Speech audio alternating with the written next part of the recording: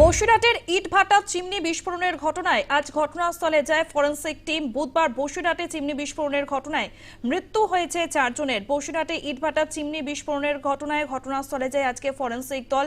তারা সেখানে বিভিন্ন ধরনের নমুনা সংগ্রহ করেন। বুধবার বসিরহাটে চিমনি বিস্ফোরণের ঘটনা ঘটেছিল। এই বিস্ফোরণের ঘটনায় মৃত্যু হয়েছে 4 জনের। স্বাভাবিকভাবেই এই ঘটনার পরই আতঙ্ক ছড়ায় স্থানীয়দের মধ্যে।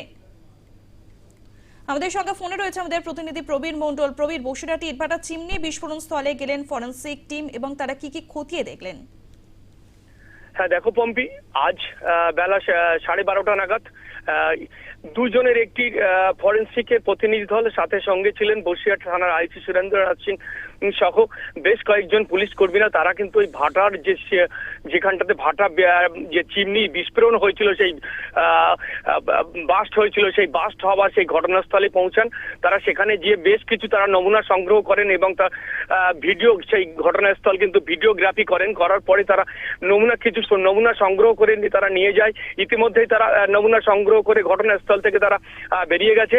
তবে এখনো পর্যন্ত যেটা ফরেনসিক টিমের যে একজন প্রতিনিধি, তিনি ভক্ত, তিনি আমাদেরকে পরিষ্কার জানিয়েছেন, আমরা বেশ কিছু নমুনা সংগ্রহ করেছি, সেগুলোকে আমরা নিয়ে যাচ্ছি এবং সেগুলোকে ল্যাবে পরীক্ষা নিরীক্ষার পরে তারপরে ঘটনা যাবে এখানে কোনো বিস্ফোরক ছিল কি না কোনো অন্য কোনো কারণবশত এই ঘটনা ঘটতে পারে, এমনটাই কিন্তু জানিয়েছেন।